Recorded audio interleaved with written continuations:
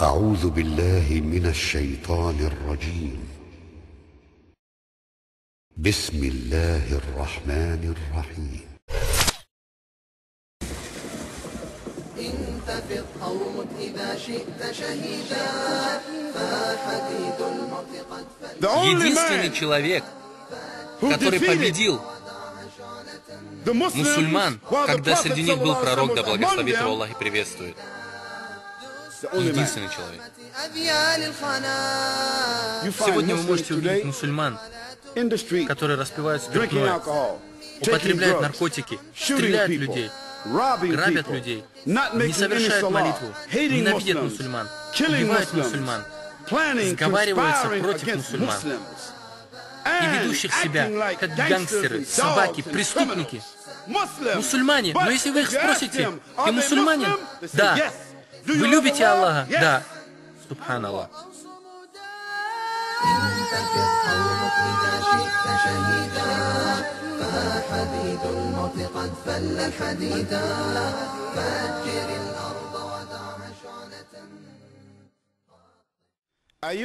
Мои благородные братья, благочестивые сестры, мир вам, милость Аллаха и Его благословение.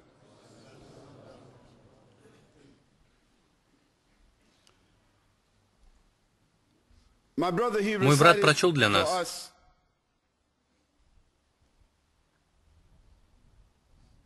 некоторые аяты из Корана, благородного Корана. И мы не прочитали эти аяты как для ритуала, как поступают некоторые люди. Коран, он не для церемонии или для каких-то целей. Мы не читаем его для украшения или по особым случаям. Но он прочел некоторые аяты как особое лекарство и как особое доказательство.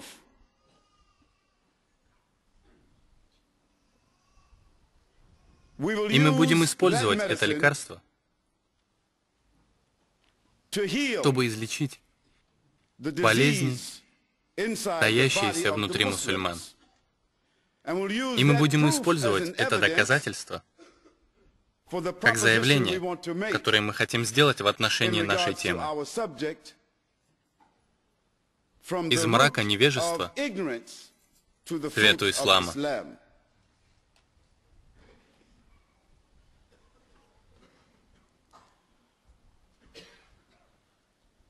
Сегодня вечером мне хотелось бы обсудить корень этой проблемы. Это значит, что он очень важен. И мы не можем удовлетвориться лишь красноречивым осуждением. Это то, что от сердца к сердцу, от разума к разуму, с глазу на глаз. От всех людей с улицы, молодых парней или девушек, которые только-только достигают уровня ответственности, и до наших шейхов. Людей таких, как я, или, может быть, даже старше. Потому что лекарство — это лекарство для всех мусульман. Как Аллах Свят Он и Велик говорит в Коране, начиная многие аяты со слов: «О те, которые уверовали, бойтесь Аллаха». Кого он имеет в виду? Всех, кто достиг совершеннолетия и должен нести ответственность за свои поступки. Им следует бояться Аллаха Свят Он и Велик. Им следует думать об Аллахе Свят Он и Велик. Конечно, мой брат шейх Шави отметил, что цель нашего обсуждения — это молодежь ислама. Это так. Потому что молодежь, она представляет будущее. Немногие из тех, кто здесь, те, кому 40, 50, 60, 70, 80 лет, что мы можем сделать? Наши силы покинули нас или продолжают покидать. Наше зрение ослабло или продолжает слабеть. Наши умственные способности ухудшились или продолжают ухудшаться. Волосы выпадают. Мы начинаем держаться за мирское еще крепче, но наши руки не могут держать его. потому что даже хватка уже не такая, как раньше. Но молодые люди, у них свежий, сильный взгляд. Их нафс очень силен. Их голоса очень сильны. Их кровь кипит. Все их стремления перед ними. Такова природа молодого человека.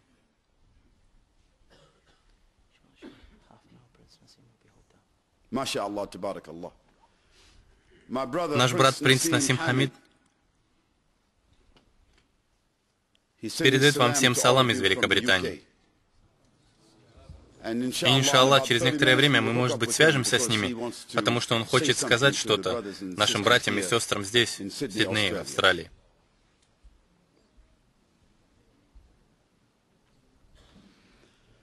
Молодые люди, они будущее этой религии. И то, что мы посеем сегодня, это то, что мы пожнем завтра. Но, к сожалению, 70% молодых людей ислама воспитываются на улицах. И вот почему я трачу большое время, проводя его на улице, чем в мечети.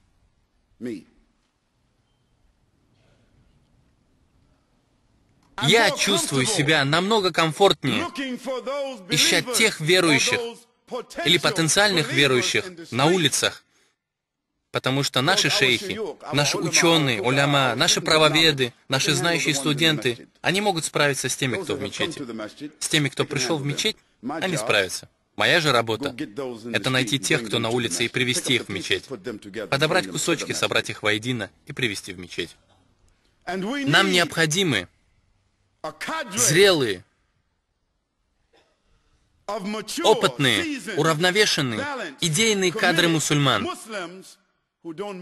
которые не побоятся запачкать свои руки и ноги, или даже получить пулю, сидя в местах, где братья совершают греховное, говорить с ними как верующий, или говорить с неверными, как с потенциальными мусульманами, подбирая кусочки, собирая их воедино, для того, чтобы привести их туда, где они могут исцелиться. И это часть религии. Это то, что посланник Аллаха, да благословит его Аллах и приветствует, делал в Мекке. 13 лет он сидел с людьми, которые пили, употребляли наркотики. Да, потому что у них были наркотики и тогда, но другие виды наркотиков. Не то, что сейчас. Другие, которые, возможно, пьют или едят, или как то, что используют в Йемене или в других местах, как то, что жуют, но у них были наркотики. То, что люди думали, их возвышает, но в действительности оно их опускало.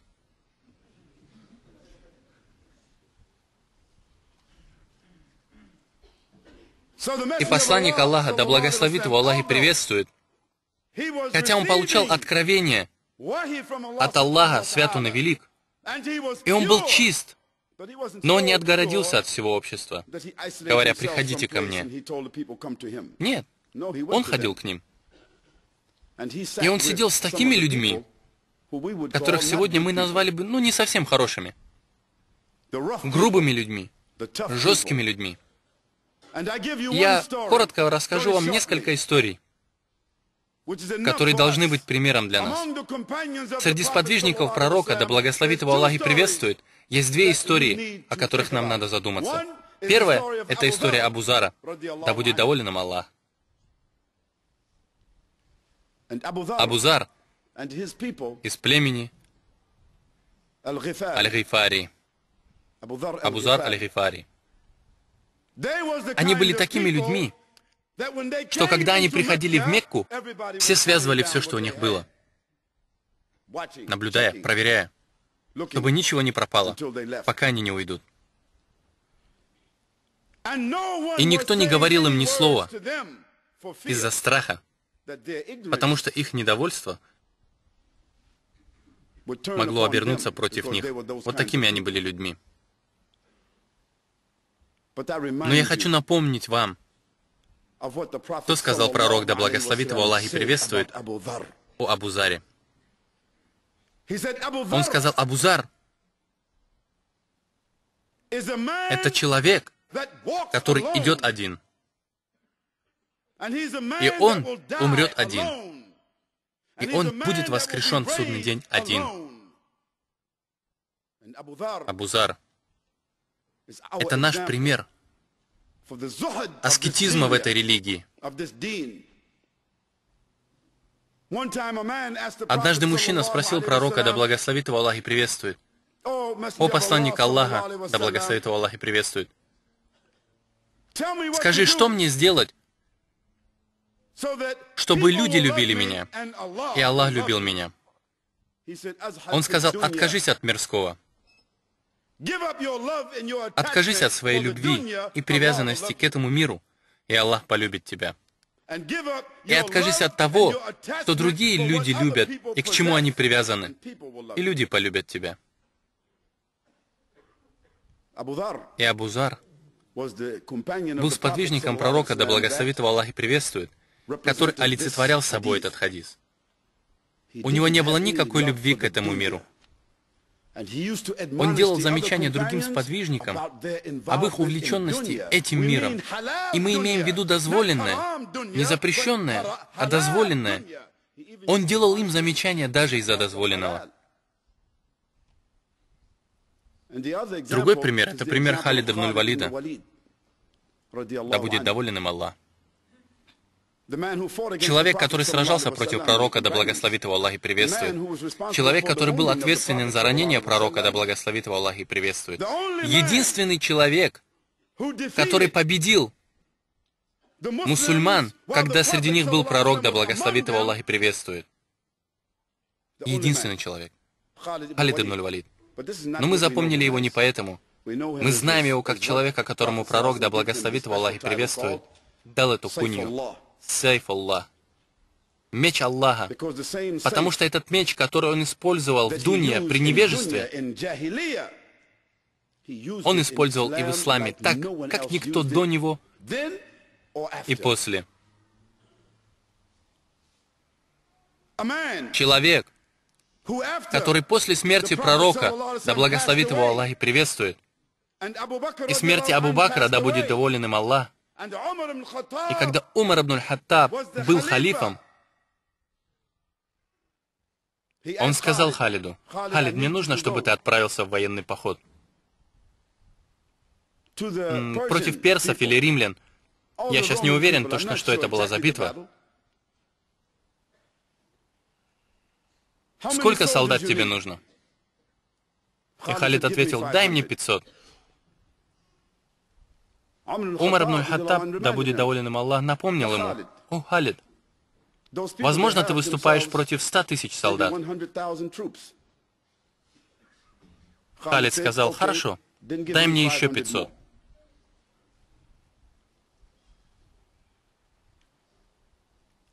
Умар сказал ему: «Возьми с собой 10 тысяч солдат». Халид сказал: «Я не нуждаюсь в них». Он сказал: «Наши враги неверные, и Аллах дал им только частичку этого мира, а нам же Он дал обещание ахирата.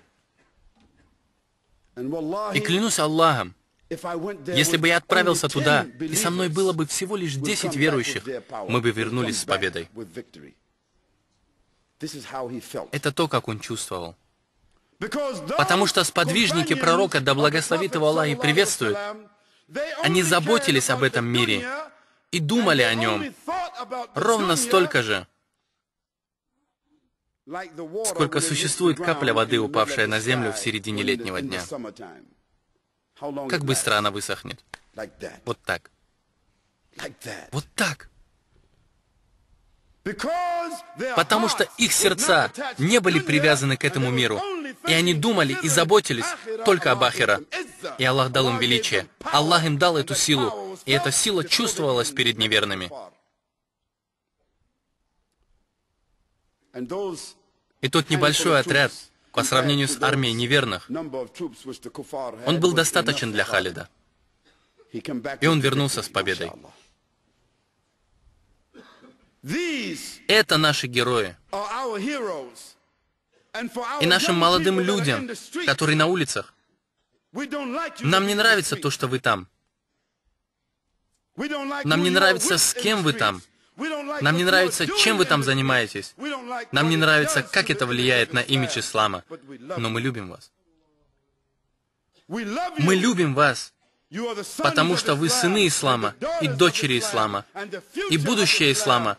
И если будет на то воля Аллаха, то среди вас есть такие, как Абу Зар и Халид ибн аль-Валид.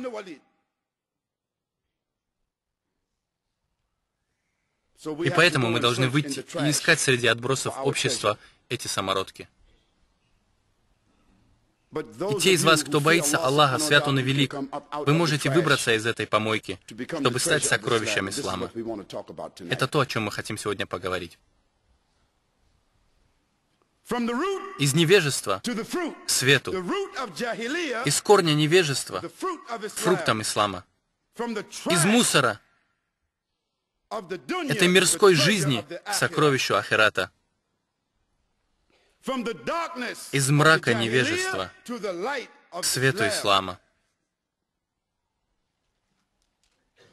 Это то, о чем мы хотим поговорить сегодня. Для начала я хочу сделать акцент на смысле аятов, которые были прочитаны. Первое, что прочитал брат, это был аятуль Курси. Ибн Касир, да помилует его Аллах, сказал: самый великий аят Корана — это аятуль Курси. И если кто-либо хочет доказать, кем является Аллах, где Аллах свят Он и велик, какие у нас взаимоотношения с Аллахом свят Он и велик, описание Аллаха свят Он и велик, право Аллаха свят Он и велик, могущество Аллаха свят Он и велик, прочитайте аятуль Курси. И этого будет достаточно, и уже не нужно будет читать что-либо еще. После аятуль Курси, после того, как Аллах свят Он и велик сообщает нам, кем Он является, где Он, каково Его могущество, Его взаимоотношения с нами, после того, как Он говорит нам все это, чтобы дать нам мощь представления, от кого исходит этот мир, затем Он говорит: нет принуждения в религии. Нет принуждения в религии. Это имеет два значения. Никакого принуждения для кого-либо к принятию ислама. Мы не можем заставить кого-либо принять ислам. Но относительно мусульман есть принуждение и подчинение. Мы не можем читать этот аят, имея в виду, что нет принуждения для тех, кто в религии. Нет, нет принуждения заставить кого-либо войти в религию. Но если вы уже в ней, то в ней есть законодательство, которого следует придерживаться. Аллаху принадлежит власть, и Ему принадлежит приказ. Кто бы ни был мусульманином, подчиняйтесь Аллаху и Его посланнику. У вас нет выбора касательно этого. И подчиняйтесь тем, кто судит по руководству, пока они подчиняются Аллаху и Его посланнику. Нет принуждения в религии. Потому что прямой путь стал ясным. В нем нет сомнения и ошибок. В этот день Аллах свят Он и велик сделал совершенную религию. Он сделал правду такой же ясной, как день. И Он сделал ложь такую же глубокую и темную, как ночь. И нет ни одного человека, независимо от того, слепой он или нет, который не знает разницы между днем и ночью. Правда и ложь известна всем. Именно поэтому никто из людей не сможет обманывать и говорить, что он не знал об Аллахе, свят Он и велик.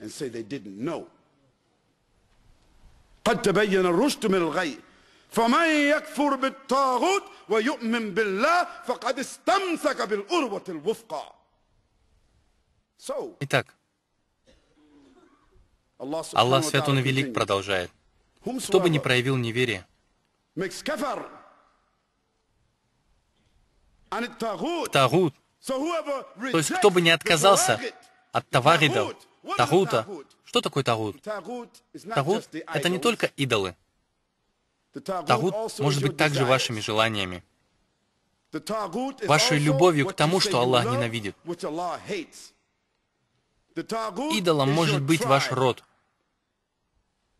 Тагут — это ваши приятели, ваша команда. Это тоже ваш тагут. Ваши домочадцы — это тоже ваш тагут. Ваша семья, их родословная, их титул — это тоже может быть тагутом. Потому что идолы сегодня приобрели другой вид. В те времена у людей были идолы. Но племенной строй — это тоже форма идолопоклонничества. Эмоциональность — это тоже тагут. Следование желаниям — это форма следования тагуту. Следование своим страстям — это форма идолопоклонничества. Итак, кто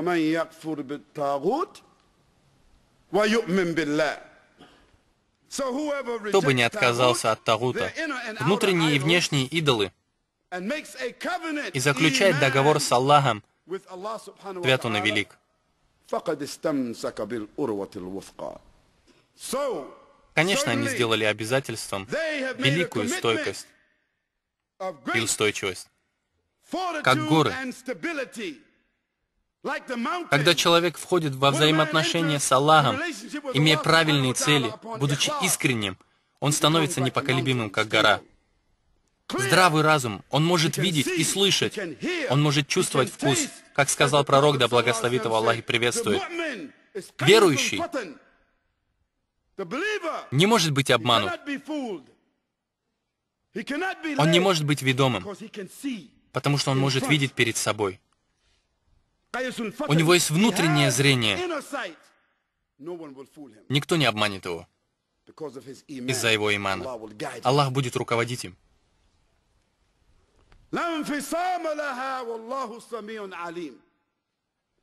И эта рукоять, которую Аллах дает ему, свят Он и велик, никогда не сломается. Как Аллах, свят Он и велик, говорит: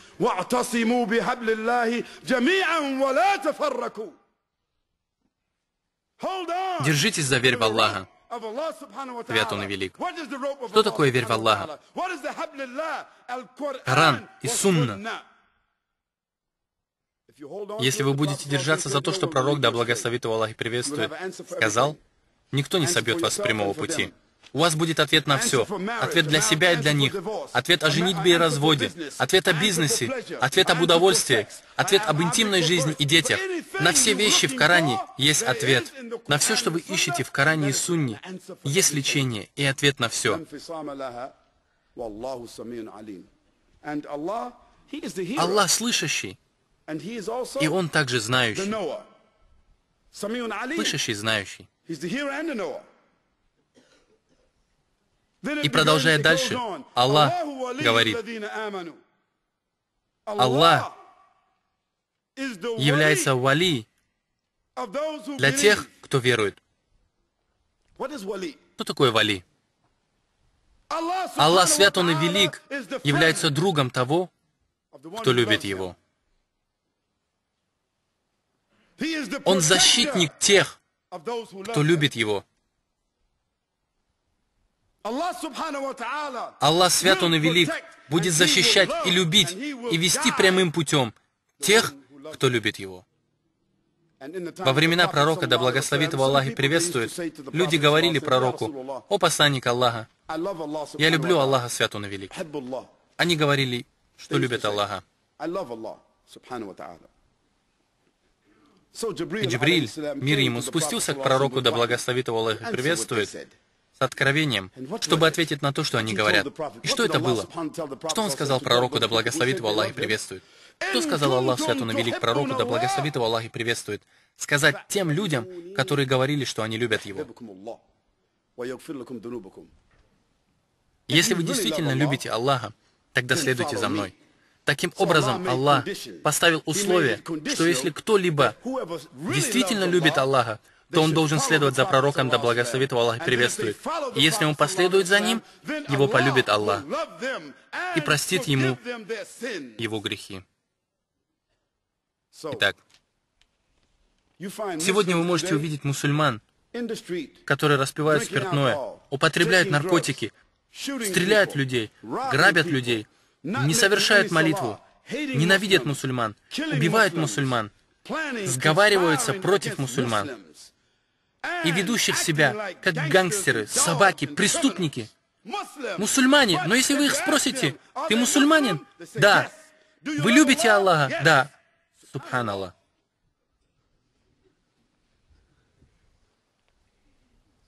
Как вы можете любить Аллаха и не подчиняться Ему? Как вы можете любить Аллаха и не выполнять молитву? Как вы можете любить Аллаха и ненавидеть другого верующего? Любого верующего? Потому что вы и я когда-то были ослеплены невежеством. И даже человек, о котором я говорил, Абу Зар, однажды он сказал одному из известнейших сподвижников, Билялю, однажды он позвал его словами: «О сын черной женщины». Они поссорились, и так как Билял был эфиопом, то есть чернокожим, в те времена выходцы оттуда имели очень низкое положение среди арабов. И в пылу гнева Абу Зар сказал ему: «О ты, сын черный». И когда пророк, да благословит его Аллах и приветствует, услышал это, он сказал: «О Абу Зар, сегодня ты сказал грязнейшую вещь со времен джахилии». И из-за этого замечания пророка, да благословит его Аллах и приветствует, он почувствовал себя так плохо, он почувствовал себя пылинкой грязи на земле. И что же он сделал? Он пошел к Билялю, и он извинился. Он положил свое лицо на землю и сказал ему: «Поставь свою ногу мне на голову». Чтобы исправиться. И сколько из вас желают исправиться? Так в этом-то и проблема. Пророк, да благословит его Аллах и приветствует, сказал: «Пусть тот, кто верит в Аллаха и судный день, говорит благое или молчит. Пусть тот, кто верит в Аллаха и в судный день, будет великодушным к гостям. Пусть тот, кто верит в Аллаха и в судный день, будет добрым и великодушным по отношению к своим соседям». Пророк, да благословит его Аллах и приветствует, сказал также: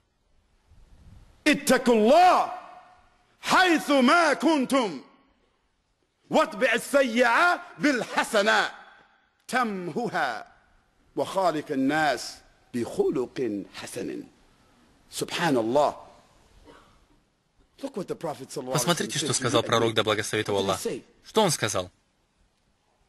Он сказал: «Пусть тот, кто верит в Аллаха и в судный день, говорит благое или молчит. Пусть тот, кто верит в Аллаха и в судный день, будет великодушным к гостям. Пусть тот, кто верит в Аллаха и в судный день, будет мягок, великодушен, благороден по отношению к своим соседям». И затем он говорит: «Бойтесь Аллаха, думайте об Аллахе, где бы вы ни находились. Не думайте об Аллахе только в мечети. Не думайте об Аллахе только перед своим отцом или перед шейхом, а думайте об Аллахе. Бойтесь Аллаха в тайне и явно. Думайте об Аллахе Свят Он и Велик на улице, в мечети, в школе, в магазине. Будьте честны, благопристойны, полны достоинства. Будьте мусульманином и бойтесь Аллаха, где бы вы ни находились. Ложась спать или просыпаясь, будучи со своей женой или со своим мужем, играя с детьми, общаясь с родителями или со своими друзьями, мусульманами, или с соседом, который не является мусульманином, бойтесь Аллаха, Свят Он и Велик. Это то, что мы должны говорить друг другу. О раб Аллаха, бойся Аллаха. Бойтесь Аллаха. И тот, кто верит в Аллаха, Свят Он и Велик, когда он слышит слова «побойся Аллаха», это заставляет его вздрогнуть.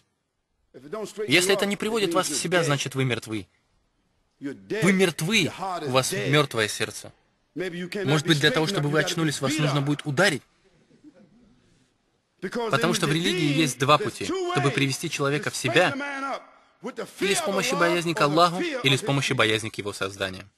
Вот почему Умар ибн аль-Хаттаб, да будет доволен им Аллах, ходил по Медине с плетью за плечом. И таким образом, тот, кто не боялся Аллаха, Свят Он и Велик, боялись Его. И вот почему Умар ибн аль-Хаттаб был первым, кто ввел полицию среди мусульман. Потому что он понял, что после смерти пророка, да благословит его Аллах и приветствует, вера стала падать. И даже когда он давал проповедь в мечети, если он видел женщин, он поднимал камешки и бросал в них. Он выгонял их из мечети, и они жаловались нашей матери Аише, да будет доволен ею Аллах. Почему Умар прогоняет нас из мечети? Он кидает в нас камни. Небольшие камни, камешки.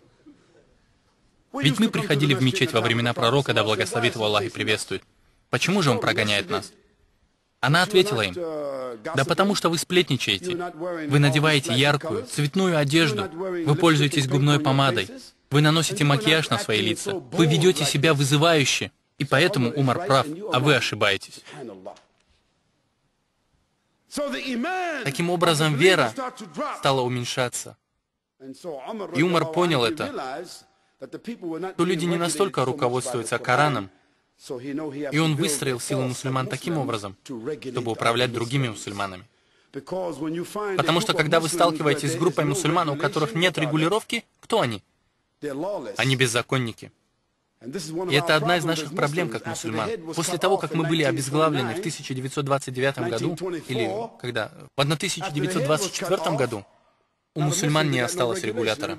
И все начали делать то, что им казалось правильным. Если имам говорит человеку: приходи со своей женой, и я вынесу решение в отношении вас, он говорит: заткнись ему и не указывай мне, что делать у меня дома.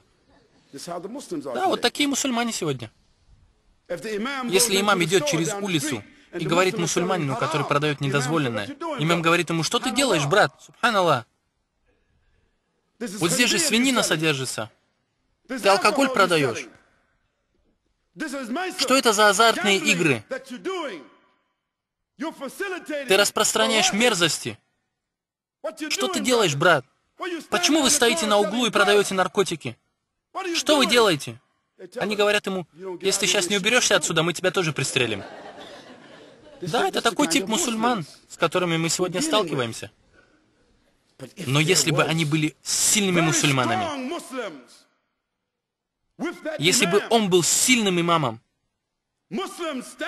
мусульманами, которые идут по сунне, сильными, жесткими, не боящимися, если бы имам поднимал руку, то, может быть, 1000 людей поднимали бы ее вместе с ним. А когда он отпускал бы ее, то, может быть, 1000 людей также опускали бы руки. Подумайте, как бы тот человек разговаривал с таким имамом. Это тот тип имама, которого мы хотим. И это такой тип мусульман, в которых мы нуждаемся. Потому что те, кто не боится Аллаха, будут бояться творения Аллаха Свят Он и Велик. О мусульмане! И у нас до сих пор нет такого имама. Но он придет, если на то будет воля Аллаха. Но вы и я, мы все еще имеем шанс ответить Аллаху и Его посланнику. Да благословит Его Аллах и приветствует. Когда мы слышим, то нас призывают к Нему. У вас есть шанс быть послушными. У вас есть шанс ответить. У вас есть шанс быть солдатами Аллаха Свят Он и Велик. Или быть солдатами шайтана. Кем вы хотите быть? Сколько из вас хотят быть солдатами Аллаха Свят Он и Велик? А сколько из вас хотят быть солдатами шайтана? Ни один. Ни один. Хвала Аллаху. Скажите хвала Аллаху. Но вы должны приложить усилия, потому что шайтан обладает армией. У них есть армия, и они очень хорошо организованы. И они повсюду. Они в наших домах. Они в наших магазинах. Они на улицах, находятся рядом с вами. Они на рынке. Они в школах. Они в зданиях. Некоторые из них носят костюмы, галстуки, называя себя банкирами, профессионалами. Сегодня мы имеем все виды шайтанов. Некоторые из них носят платья и юбки. А некоторых из них мы держим в голове. Мы любим их и следуем за ними. О мусульмане! Аллах Свят Он и Велик говорит: Он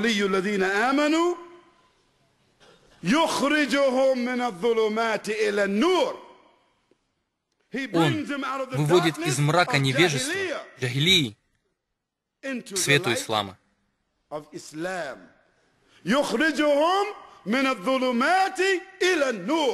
Он выводит нас из мрака, коррупции, лжи, невежества к красоте, аромату, сиянию и свету ислама.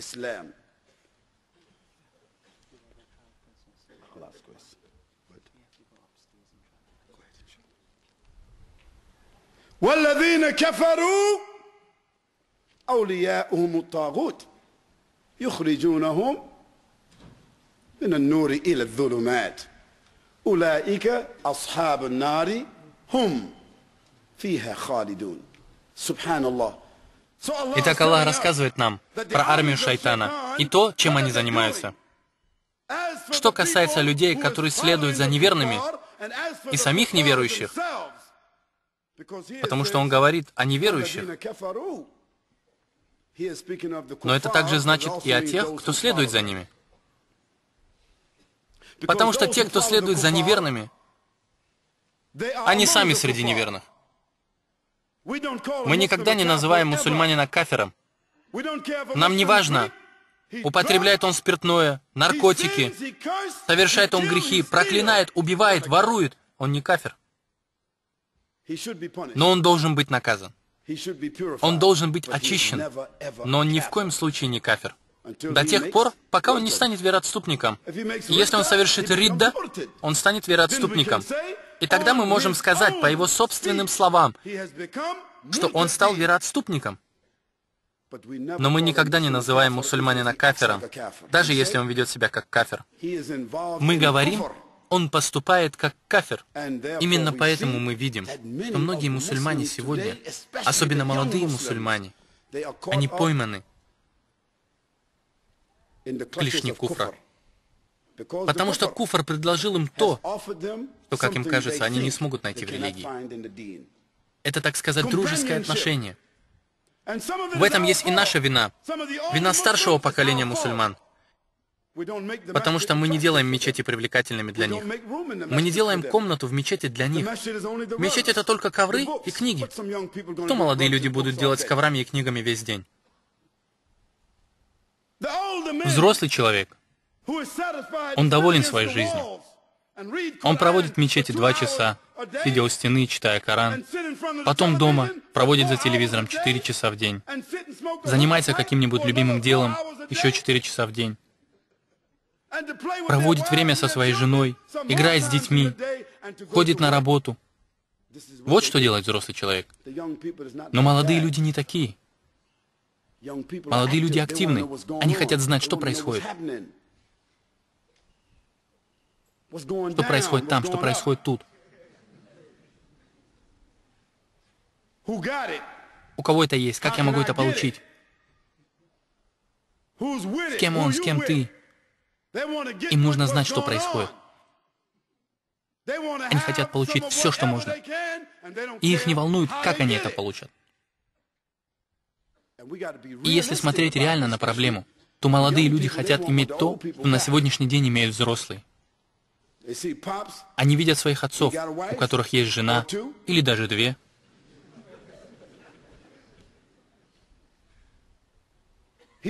Возможно, им тоже хочется стабильности. Возможно, они тоже хотят жениться, но не имея такой возможности, он заводит себе девушку. Он заводит себе на стороне девушку, отношения с которой будут харамом. Мы сами подталкиваем их к этому, говоря, что он не готов к женитьбе. Мы не поддерживаем его в стремлении жениться. До тех пор, пока он не закончит школу, не устроится на работу, которая нам нравится, не будет делать то, что мы ему говорим делать. Мы говорим: не женись. Так что же ему остается делать?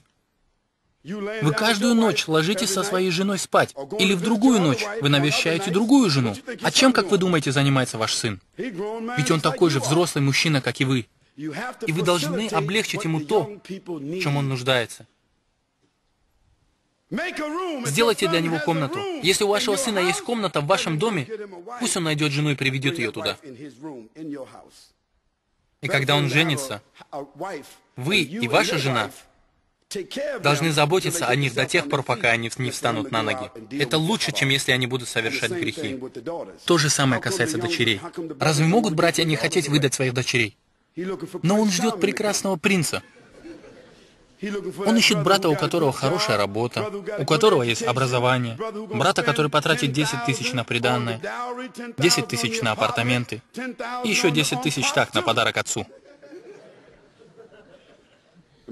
Он даже, может быть, ждет свою долю больше, чем саму свадьбу. И по этой причине молодой брат не знает, где взять эти 30 тысяч долларов. Что же им остается делать? Он не может жениться. То же самое происходит и с молодой сестрой. Она смотрит на него, он смотрит на нее. А пока их мамы и папы ломаются, они тайком встречаются.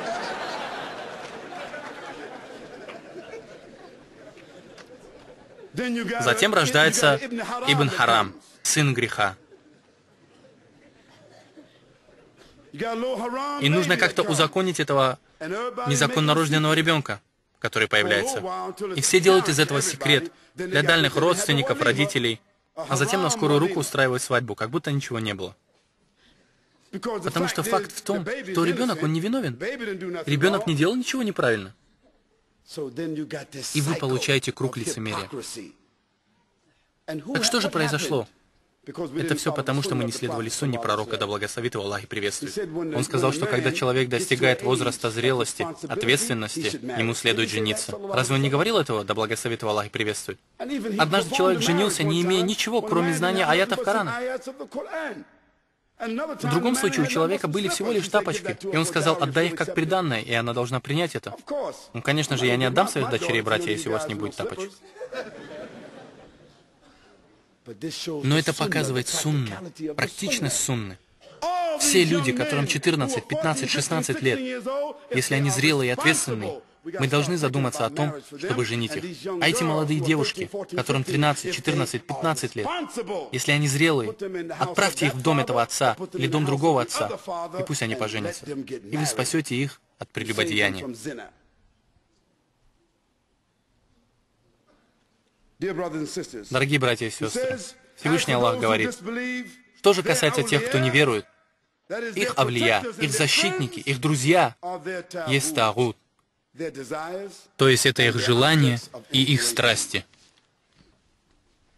Эти тагуты выводят их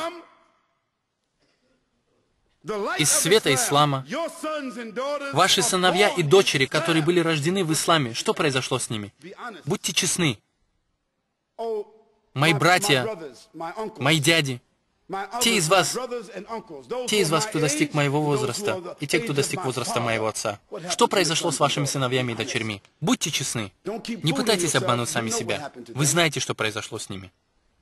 Вы не в состоянии контролировать себя, и вы потеряли контроль над своими детьми.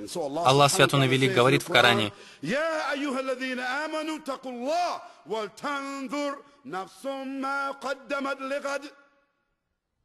واتقوا الله إن الله خبير بما تعملون ولا تكونوا كالذين نسوا الله فأنساهم أنفسهم أولئك هم الفاسقون. This is what the ayah says. О, вы те, которые уверовали, бойтесь Аллаха, думайте об Аллахе, смотрите, отражайте, думайте, обдумывайте, планируйте.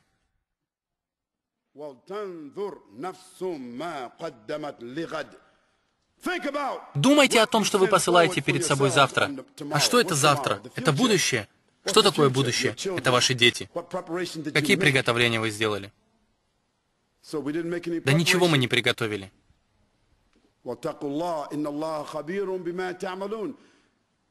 Не слушайте, что я вам говорю. Слушайте, что Аллах говорит. Он знает все секреты. Он знает то, что вы прячете. Он знает, что вы делаете, когда вы выходите на улицу. Он знает, что вы делаете дома. Он знает ваши мысли. Он знает, что у вас в сердцах, в ваших домах. Он знает, что у вас есть. Он знает, что вы совершаете. И не будьте как те, которые забыли об Аллахе. Как люди забывают об Аллахе, Свят Он и Велик? Они забывают Его имя? Они забыли имя Аллах? Нет, не забыли. Как они забывают об Аллахе? Они забыли о законе Аллаха, Свят Он и Велик.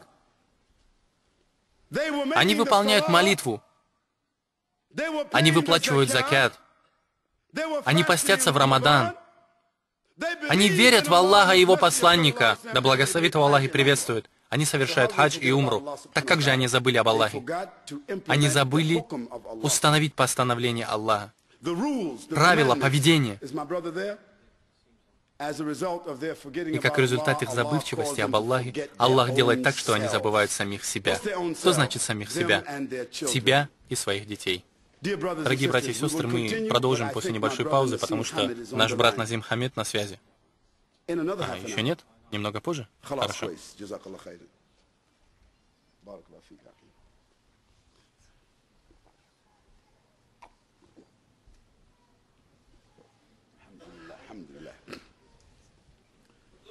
ولا تكونوا كالذين نسوا الله فأنساهم أنفسهم. Когда они забывают об Аллахе, то есть внедрить хукм Аллаха, свят он и велик, правила Аллаха, свят он и велик. Правила религии — это не 5 столпов.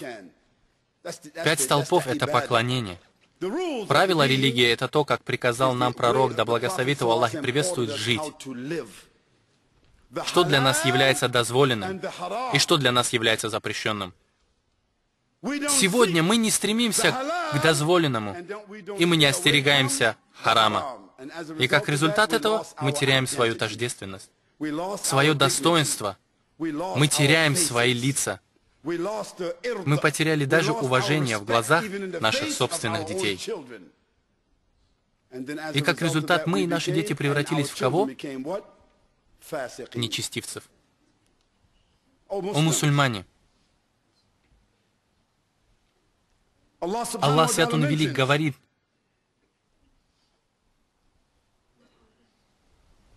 لا يستوي أصحاب النار وأصحاب الجنة. لا يستوي أصحاب النار وأصحاب الجنة. أصحاب الجنة هم الفائزون. فائزون. что люди рая, они не такие, как люди огня, то есть кафиры и преступники, то есть неверующие и преступники. Потому что обитатели огня — это не только кафиры. Вот что вам, мусульманам, нужно понять. Люди адского огня — это не только неверные. Люди огня — это неверные и преступники среди мусульман.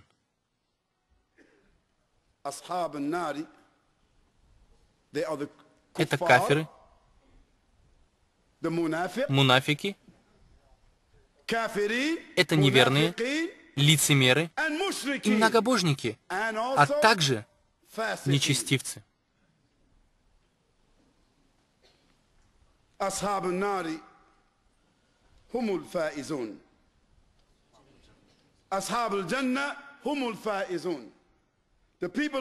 обитатели же рая, джанна, они преуспевшие.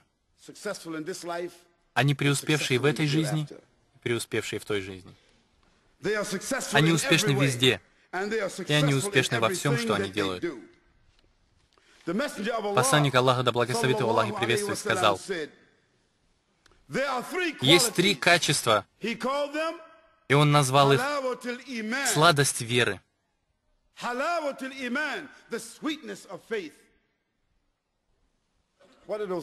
Что это за 3 качества?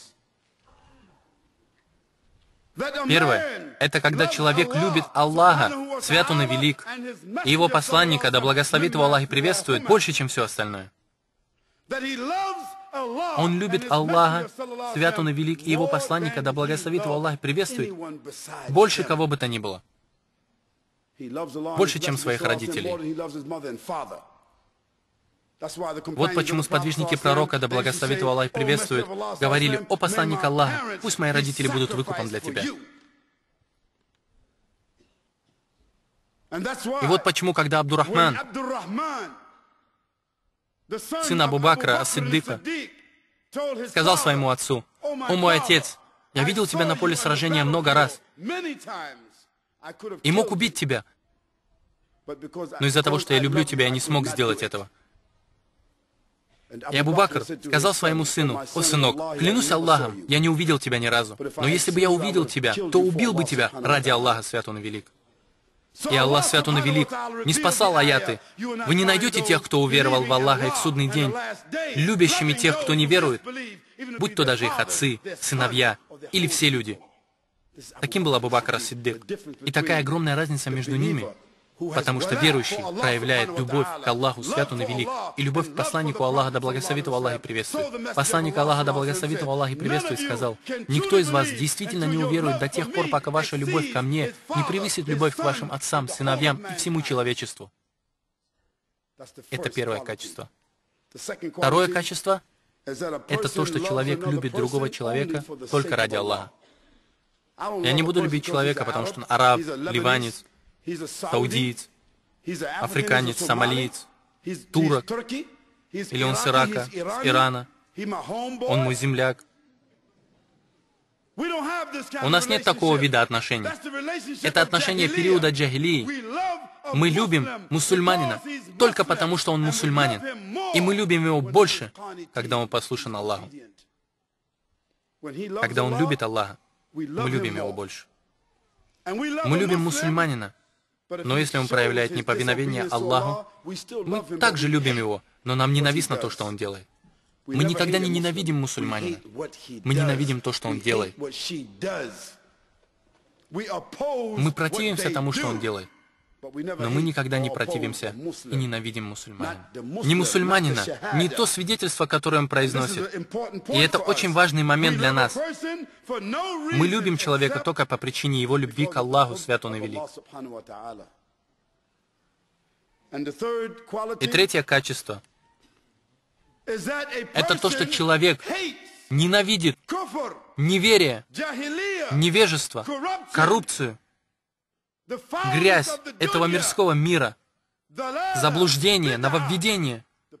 Человек ненавидит все это так же, как он ненавидит быть брошенным в огонь. Вы можете себе представить, что вот если бы вот там была комната, и она была бы достаточно прочной для того, чтобы в ней развести огонь, пламя которого поднималось бы через крышу. Из-за чего-либо, что вы сделали, мы бы тащили вас туда, с этого места, в ту комнату, чтобы бросить вас в огонь. Вы бы брыкались, кричали, дрались, визжали по пути туда. Потому что вы бы представляли, что бы с вами произошло, если бы вас бросили в огонь. Верующий, который ощутил сладость веры, когда его приглашают к вещам, связанным с этим миром, когда его приглашают к вещам, связанным с нечестием, когда его приглашают к тому, что связано с коррупцией, с его страстями, со злом, с неверием, с нововведениями, с ширком. Он ненавидит это. И это происходит по причине того, что он представляет того, что он будет брошен в огонь. Это одно из качеств его имана. Пророк, да благословит его Аллах и приветствует, сказал: ни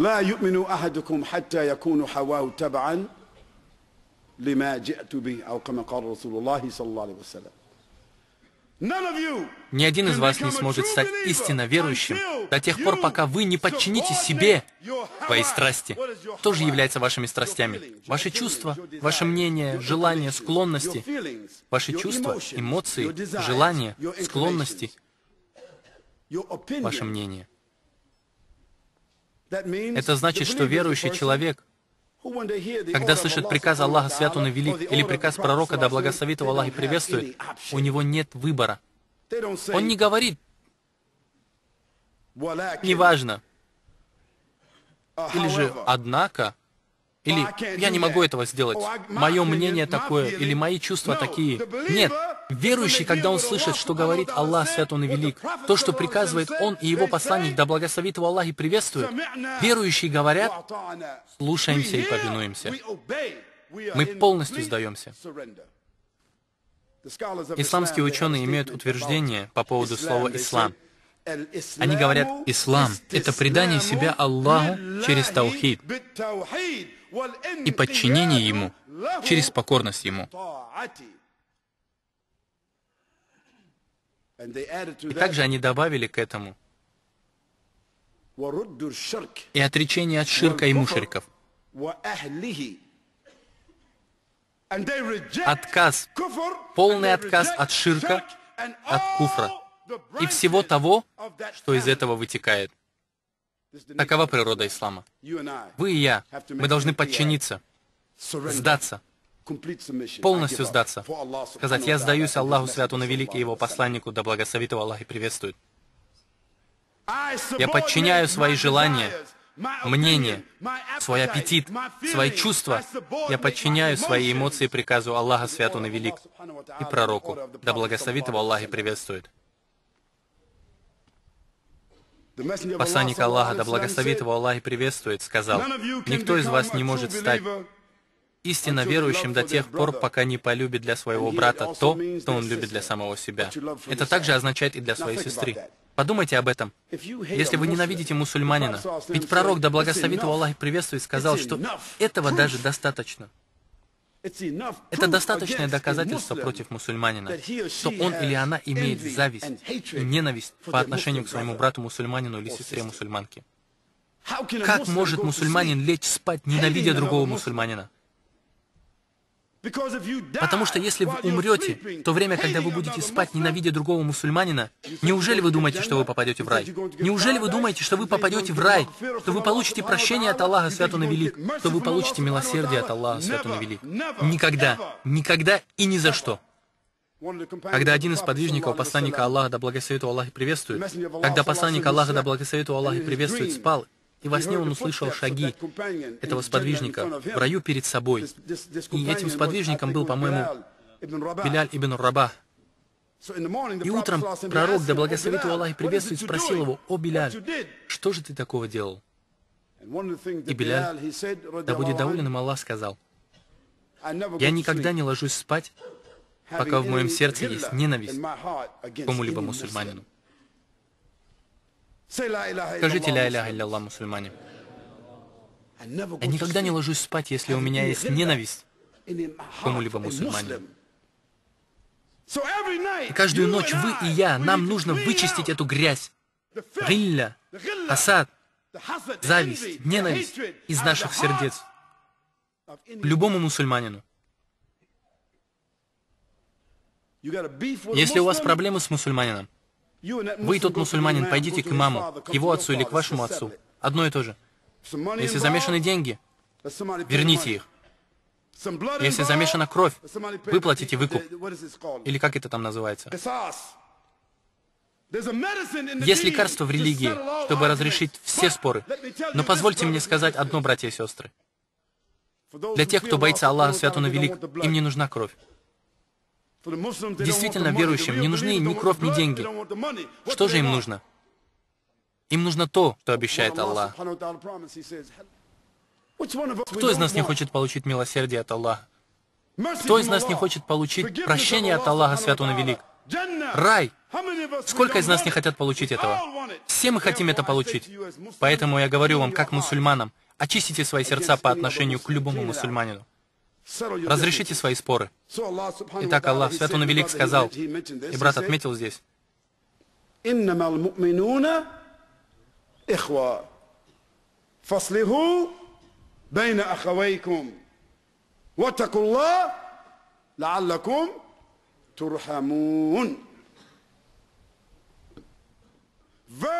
поистине, отношения между верующими — это как отношения между братьями. Мусульманин — брат другому мусульманину. Он не врет ему, он не притесняет его, он не обманывает его, и он не позволяет, чтобы кто-либо притеснял или обманывал его. В длинном хадисе пророк, да благословит его Аллах и приветствует, спросил: где богобоязненность? Она в сердце.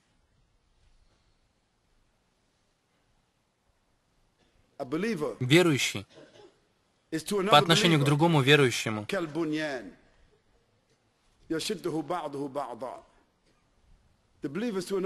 он как кирпич в здании. Они скреплены вот так. Не вот так. Он сказал, верующий по отношению к другому верующему, как часть тела. Если какая-либо часть его повреждена или больна, то эта боль и жар отдается во всем теле. И остальная часть тела находится в напряженном состоянии до тех пор, пока она не излечится. Верующие должны чувствовать других верующих. Субханаллах. Когда я услышал в тот день, когда я приехал сюда после джума, то один мусульманин застрелил другого мусульманина там или здесь, Аллаху алим. Это ведь произошло, так? Скажите, разве это не поступок невежества? Неужели это поступок из ислама? Разве это тот поступок, которым мы можем гордиться? Неужели мы сможем прийти в судный день с этим и сказать: да, я сделал это?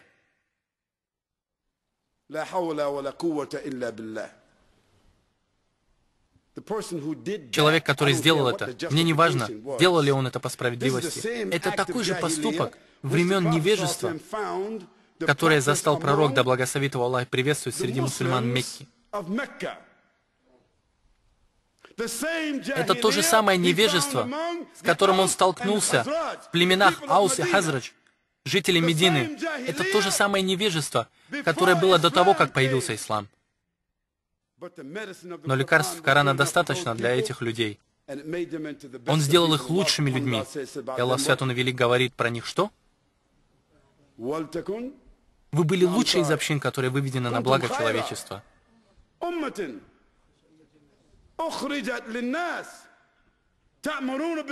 Вы призываете их к благому и удерживаете от порицаемого, и веруете в Аллаха.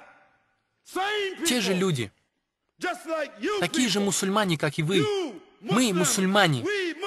Мы лучшие. Мы сливки общества над всеми религиями во всем мире. Но мы должны действовать сообразно этому. Это все равно, что доктор, у которого есть лекарства, который сам не принимает их. Это как человек, у которого магазин одежды, а сам он ходит по улицам голый.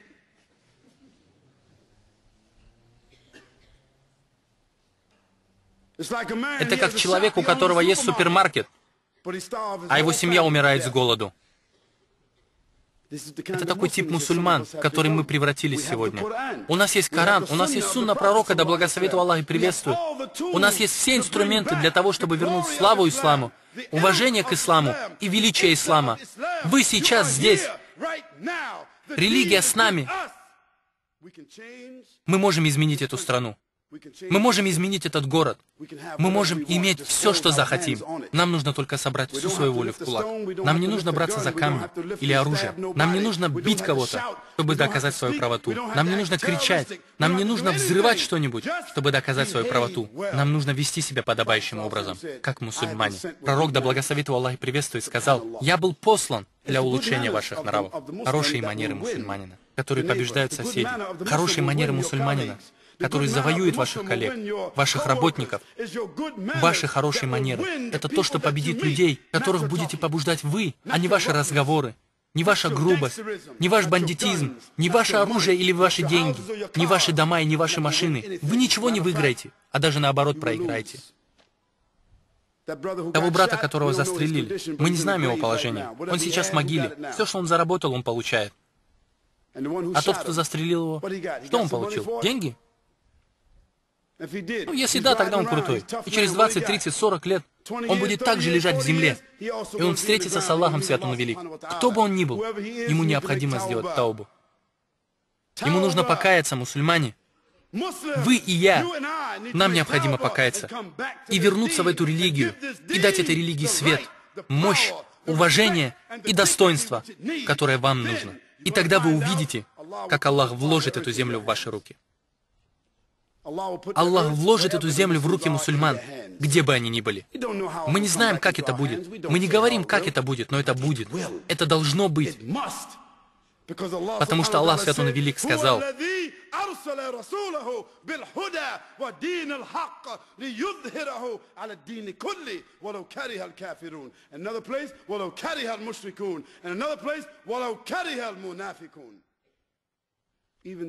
даже если неверным, многобожникам и лицемерам это ненавистно. Аллах Свят Он и Велик послал своего пророка, да благословит его Аллах и приветствует, Гуда. Что такое Гуда? Коран и Сунна. Прямой путь, чтобы сделать ислам доминирующим над всеми системами жизни. Сколько из нас верят в это?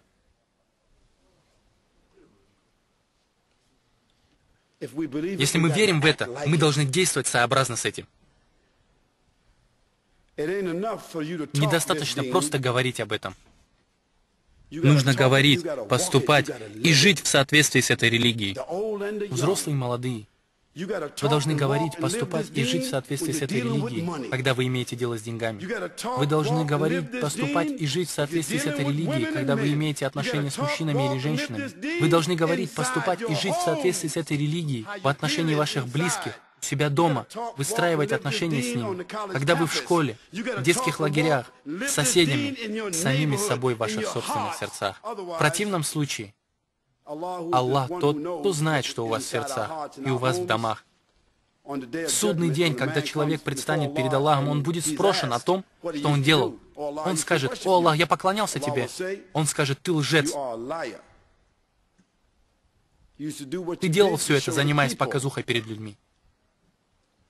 Мы не хотим, чтобы Аллах устыдил нас в судный день, чтобы Аллах порицал нас в судный день. Мы желаем, чтобы Аллах дал нам нашу книгу в правую руку, чтобы Аллах позволил нам пройти сират, мост, быстро, чтобы Аллах дал нам свое прощение, свое милосердие, чтобы Аллах дал нам рай, который Он обещал верующим. Мы хотим быть с пророком, да благословит его Аллах и приветствует, с правдивыми, мучениками. Мы хотим быть вместе с ними. Но если мы хотим быть с ними, мы должны жить так и поступать, и говорить в соответствии с этой религией, и жертвовать всем ради этой религии. И мы должны сделать это сейчас. Братья и сестры, корень невежества состоит из многих частей. Ненависть. Это разные черты. Если вы хотите узнать корень невежества, оно имеет особенные черты. Одной из них — это ненависть. Когда вы находитесь среди мусульман, ненависть. Они не хотят смотреть друг на друга. Они не хотят даже прикасаться друг к другу, находиться в одной комнате друг с другом. Они планируют и разрабатывают, как получить кровь друг друга. Убить друг друга — это ненависть. Это самое худшее из джахилии. Другая черта — это зависть. Мы хотим иметь то, что у других мусульман. Мы видим жену брата, мы хотим его жену. Сестра, видя сестру, у которой красивый муж, она хочет подорвать авторитет ее сестры. Или же, если брат берет еще одну жену, она не хочет, чтобы брат имел другую жену. Она не хочет, чтобы сестра имела мужа. Хотя на сегодняшний день на одного мужчину приходится до 7 или 8 женщин. Я говорю, всего лишь один мужчина доступен, потому что другие мужчины, они запретны для женщин. Они преступники, они запачканы, они привязаны к наркотикам, они нетрадиционной ориентации, они распутные и безответственны. У них нет работы, и они не хотят получить ее. Таким образом, мы получаем 8 женщин на одного мужчину. Количество женщин превышает количество мужчин. Еще одна причина, почему это? Потому что мужчины умирают раньше женщин. Таким образом, 9 или даже 10 свободных женщин, которым нужно выйти замуж, на одного мужчину. Я имею в виду ответственного, нормального, физически способного, умственно полноценного, чистого, ответственного, такого, как описал его Всевышний Аллах.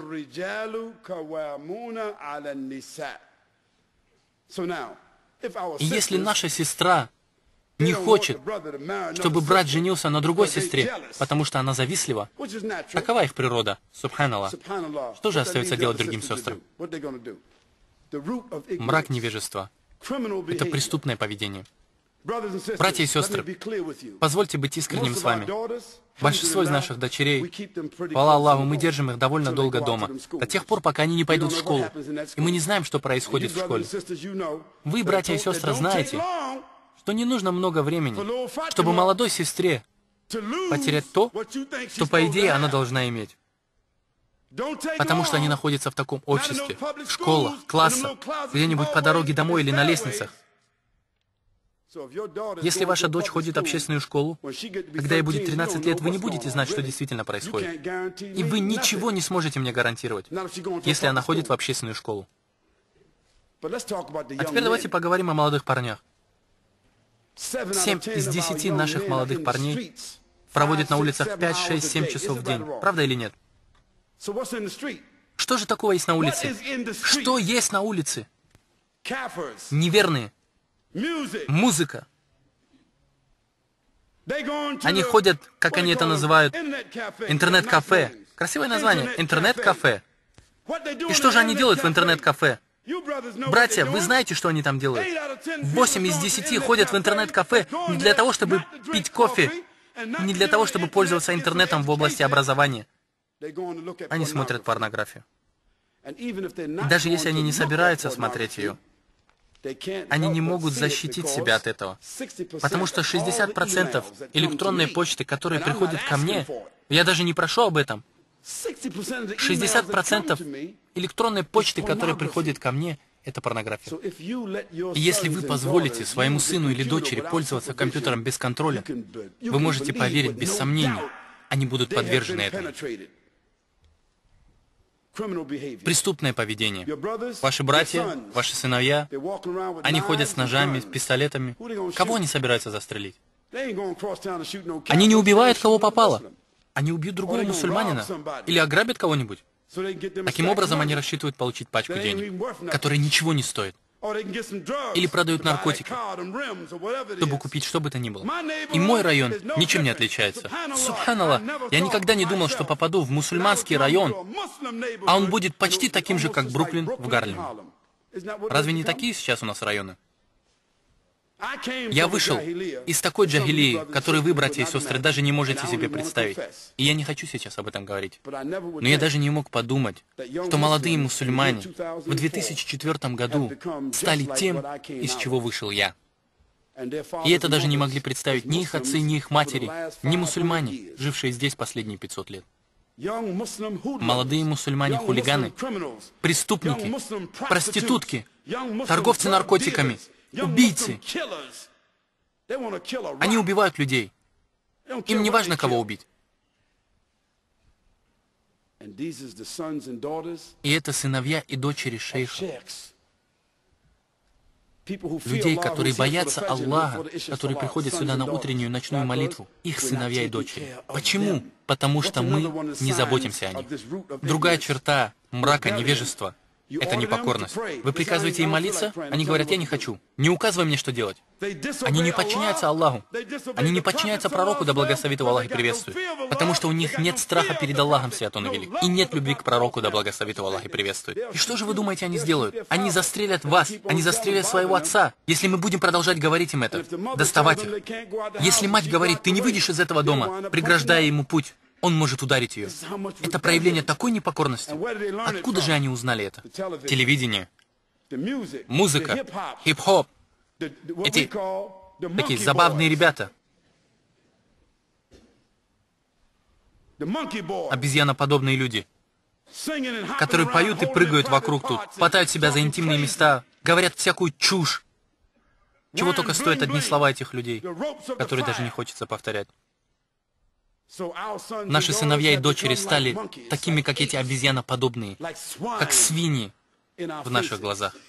Непокорные словам Аллаха, непокорные словам пророка, да благословит его Аллах и приветствует. И что это за сыновья и дочери? Они подобны тем, которых Муса встретил вместе с Хидром. И что Хидр сделал с этим человеком? Он убил его сразу. Потому что находиться под землей для него лучше, чем находиться на ней. И Аллах даровал его родителям послушного сына вместо него. Преступное поведение. Нарушение законов. Они грабят людей, вламываются в дома, в машины, останавливают и похищают людей, убивают людей, и даже в пятницу. Можете себе представить, как мусульманин может планировать, составлять планы, чтобы убить другого мусульманина в пятницу, после джума? Субханаллах. Мусульмане, скажите «Субханаллах». Месть. Мы называем это месть. Ты проклинаешь меня, я проклинаю тебя. Ударил меня, я ударю тебя. Выстрелил в меня, я буду стрелять в тебя.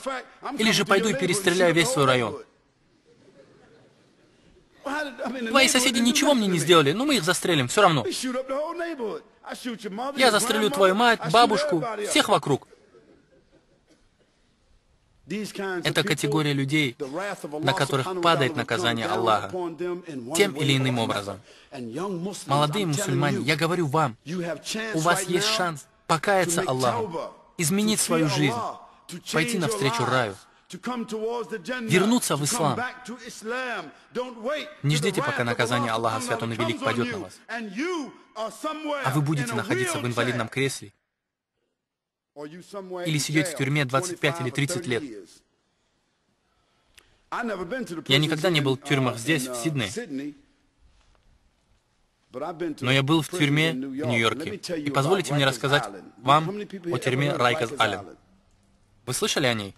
Это тюрьма, в которой 156 тысяч человек. Вы можете представить себе это? 156 тысяч человек.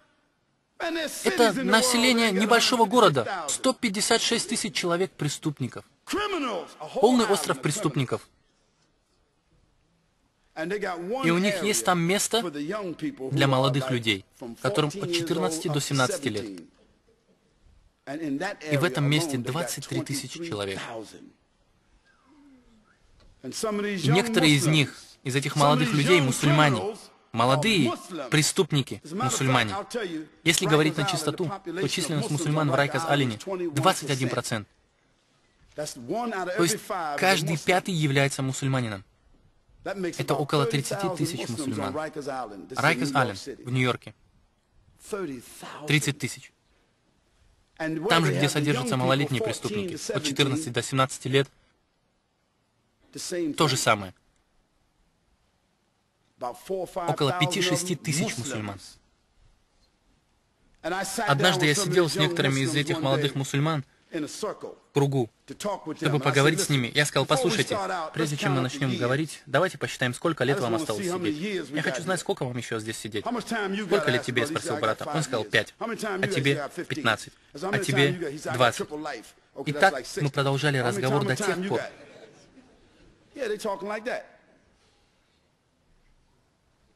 Там присутствовало около 47 человек, потому что только им позволяют пойти на джума.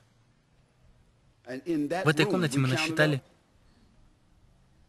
512 лет срока. За что? Это застрелил мать, это застрелил кого-то еще, этот ограбил кого-то. У этого срок в треть жизни, потому что его поймали с полным пакетом наркотиков. Этот ударил этого, тот ударил того, этот ударил ножом этого, тот застрелил тех людей. И все они — это молодые люди. Сколько тебе? А тебе? Видите? Эти мусульмане, они тоже молодые. И те были такими же, как они. Они больше никогда не выйдут из тюрьмы. Они как молодые животные. Я не знаю о Сиднее в данный момент. Сколько мусульман в тюрьмах Сиднея? Шейх Шави знает. Видите? Это позор, братья. И то, что я понял, то, что численность мусульман в тюрьмах растет. Это значит, что коэффициент заключенных в тюрьмах в Сиднее, коэффициент мусульман и неверных, коэффициент мусульман растет. Это означает, что больше и больше мусульман садятся в тюрьму, чем неверные. Братья и сестры, вы молодые люди, мы не можем удержать вас от огня. Мы не можем удержать вас от неверия, если это то, что вы хотите делать. Но я не верю, что это то, что вы хотите делать. Вы всего лишь не следуете руководству. Я приглашаю вас, как брат-мусульманин, который вышел из джахилии, в которой он погряз, когда я понял, в чем заключается корень невежества в своей жизни. Я предупреждаю вас, я приглашаю вас выйти из мрака джахилии к свету ислама. Держитесь подальше от племенного строя, расизма, даже если это существует среди ваших отцов. Потому что некоторые отцы способствуют расизму в наши дни, который вы встречаете среди молодых мусульман. Это начинается с их отцов и дедов. Арабы не любят пакистанцев. Пакистанцы и индийцы не любят арабов. Южные африканцы не любят северных африканцев. Хотя они все африканцы. Это сумасшествие. Все они африканцы, но они не любят друг друга, потому что одни с востока, а другие с запада. Белые арабы не любят черных арабов. Хотя и тот одинаковы. Все они сыновья Адама. Все они из земли, все они из сгустка. Но каждого из них увлекает страсть к приумножению до тех пор, пока они не посетят могилу.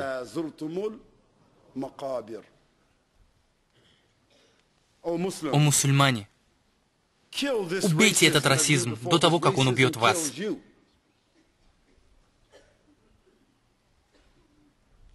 Убейте эту любовь к своему происхождению.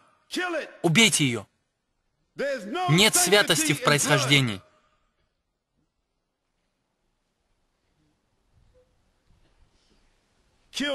Убейте верность ко всему, кроме верности к Аллаху, свят он и велик. О мусульмане, взрослые мусульмане, учите своих сыновей и дочерей основам любви. Научите их, что такое валя, что мы имеем преданность, честь, верность по отношению к каждому мусульманину. И нам не важно, грешник он или нет. У нас есть верность не к их грехам, не к их коррупции, не к их извращениям. Почему мы проявляем любовь к ним? Мы проявляем любовь к их вере. Мы не говорим плохо о мусульманах. Мы не позволяем неверным приходить к нам, тыкать нам микрофоном в лицо и говорить плохо о мусульманах. Никогда. Мы говорим то, что пророк, да благословит его Аллах и приветствует, сказал: пусть тот, кто верует в Аллаха и в судный день, говорит что? Говорит благое или молчит. Не позволяйте им говорить: что вы думаете о том-то? Что вы думаете об этом мусульманине? Вы с этим мусульманином или с этим мусульманином? Мы отвечаем, что мы со всеми мусульманами. И мы с каждым мусульманином. Везде, где бы он ни был, он наш брат. Если он сделал что-то неправильно, то я не с ним в этом. Но он мой брат-мусульманин. Кто бы он ни был, черный, белый, высокий, низкий, афганец, индиец, пакистанец или африканец, саудиец или ливанец. Все они мои братья-мусульмане, где бы они ни были. И мы проявляем любовь к ним, где бы они ни были. Это наше утверждение. Мы проявляем отрешение от всех неверных. Мы ненавидим их неверие. И мы сражаемся с неверием. И мы стараемся уничтожить неверие.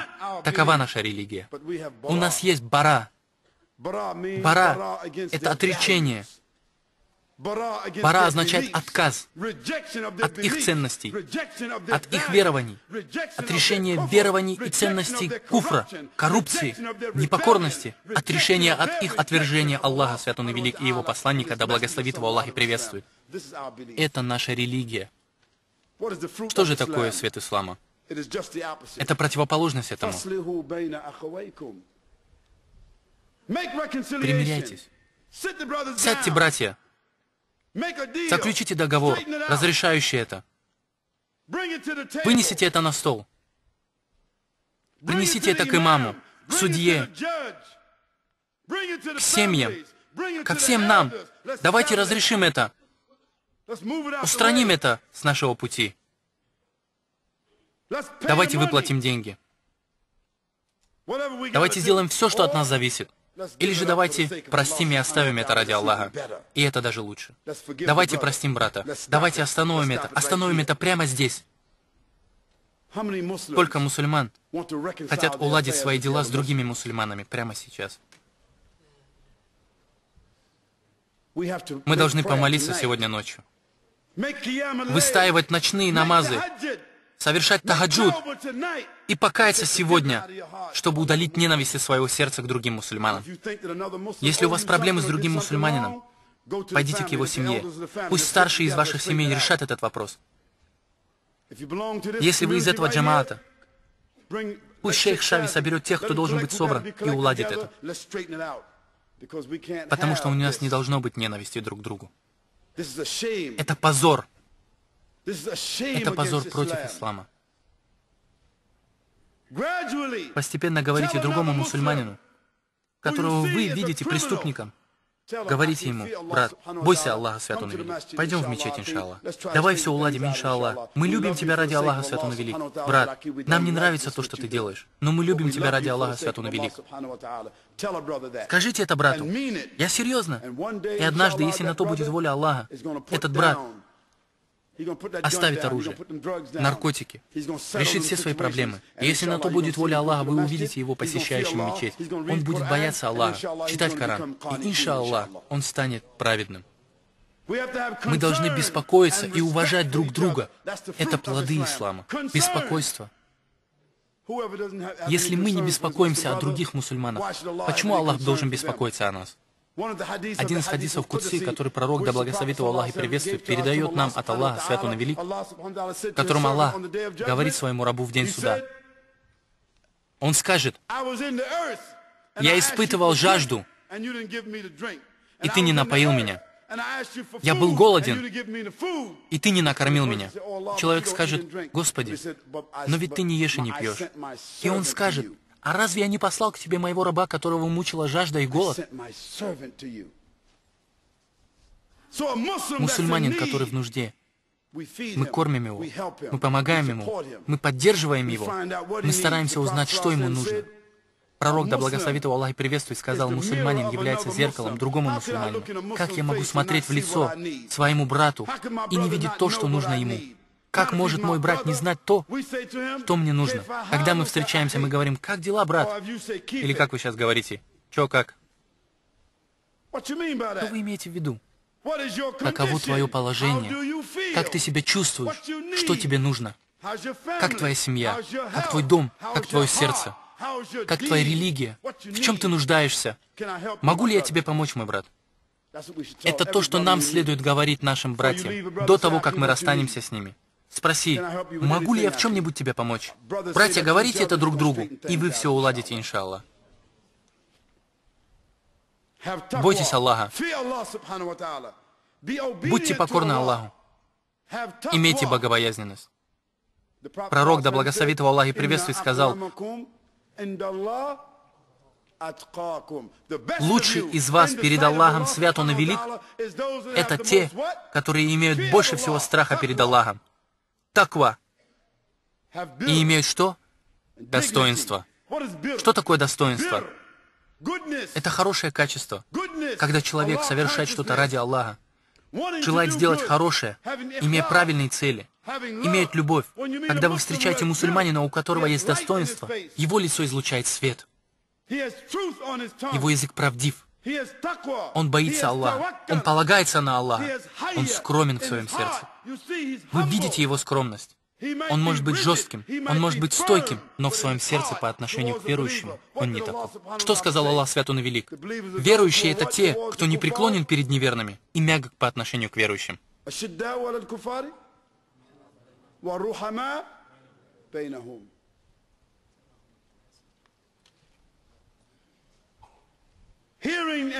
Слышать и подчиняться. Это свет ислама. Услышать и подчиниться. Это не только слушать, но и услышать. Сколько из нас слушают Коран каждый день? Мы все слушаем Коран каждый день. Но мы не слышим. Аллах, свят он и велик, говорит нам: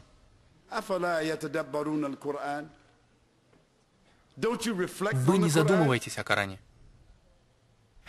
Если бы это было от кого-нибудь другого, то вы непременно нашли бы большое количество противоречий. Вы только слушаете, но не слышите.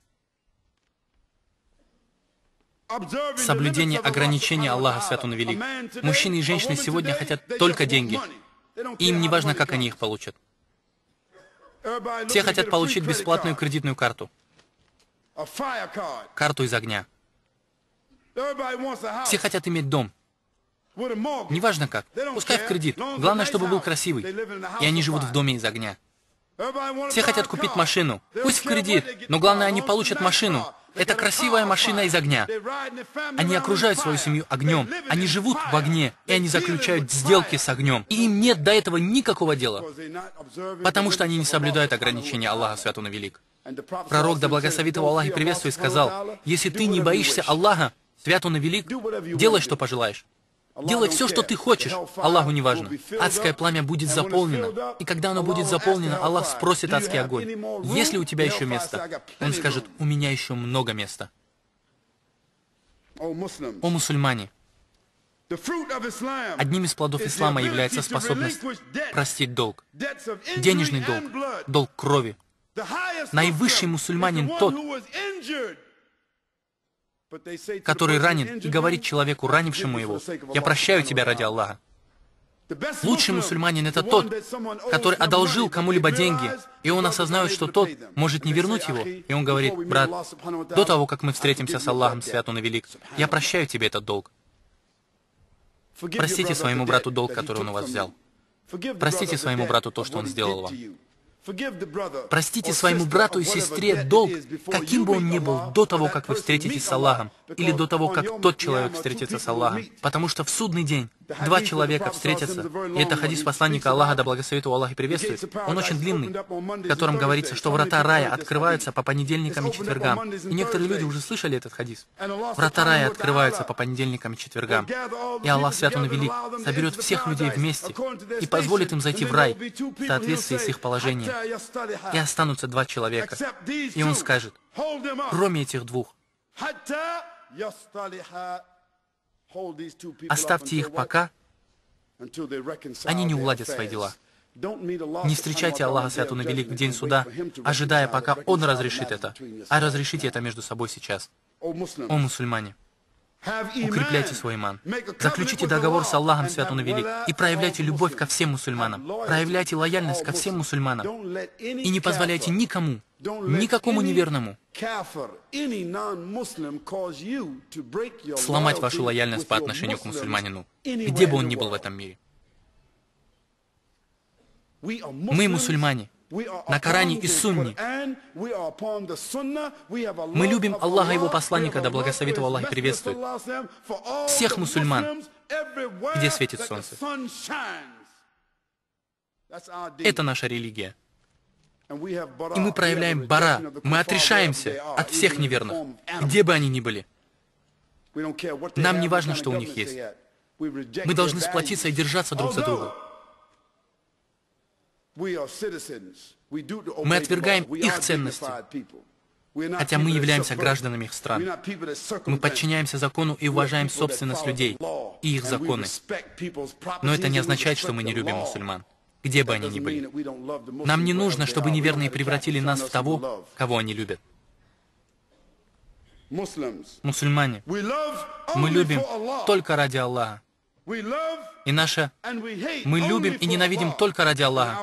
И наша обязанность, мы никогда не говорим «клянусь Аллахом» просто так, без нужды. Это наша обязанность делать добро. Наша преданность принадлежит Аллаху, Свят Он и Велик, и Его посланнику, да благословит его Аллах и приветствует.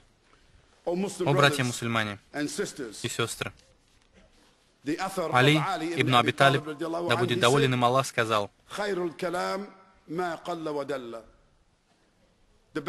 лучшая речь — это та, которая кратка, но содержит в себе силу, мощь по своим смыслам и доказательствам. Я попытался донести до вас лучшее. Я попытался показать свою обеспокоенность, особенно касательно молодых людей. Предупредить молодых мусульман, дать мой совет старшим мусульманам.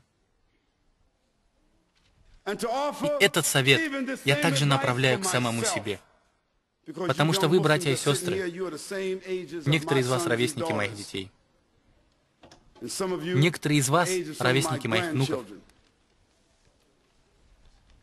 Я хочу, чтобы молодые мусульмане были сильны и готовы к будущему. Никто из нас не хочет умереть и видеть наших детей на улице. Мы не можем вложить вам в руки Коран, любовь к мечети, и прийти к вам в школу и заставить вас жить среди мусульман, потому что вы находитесь на улице, и вместо Корана у вас в руках наркотики. И сегодня, вместо того, чтобы возвеличивать слово Аллаха превыше всего, они убивают друг друга.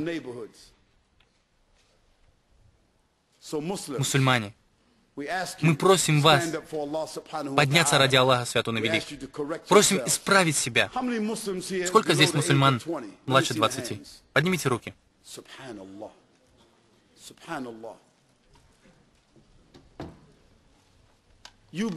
Вы, братья, кому меньше 20, вы священное сокровище ислама. А мы, взрослые мусульмане, должны сделать все, помочь вам, но вы должны захотеть помочь сами себе. Мы не можем заставить вас что-либо делать, если вы не хотите этого. Если вы хотите войти в огонь, отправиться на улицу к неверию, к грязи, к нечестию, мы не можем остановить вас. Мы можем только преградить вам путь, предупредить вас, дать вам совет. Но если вы боитесь Аллаха Свят Он и Велик, вы будете нас слушать. Услышьте нас, пока еще не слишком поздно.